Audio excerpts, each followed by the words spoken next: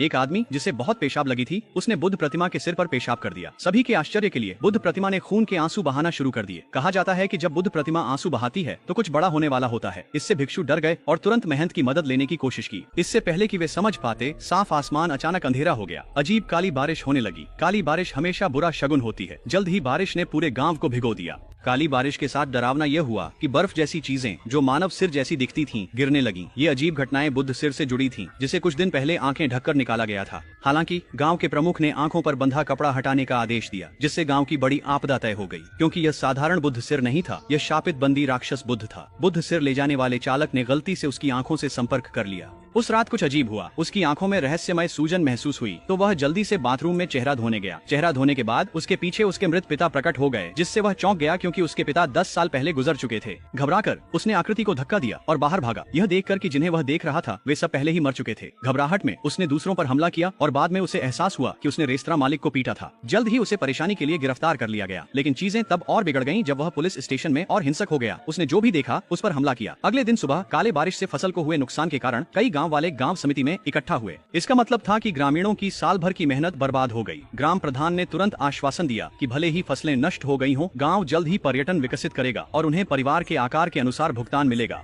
मुखिया ने गर्व से ग्रामीणों को मनाने की कोशिश की, तभी एक ग्रामीण दरांती लेकर अचानक समिति हॉल में घुस आया।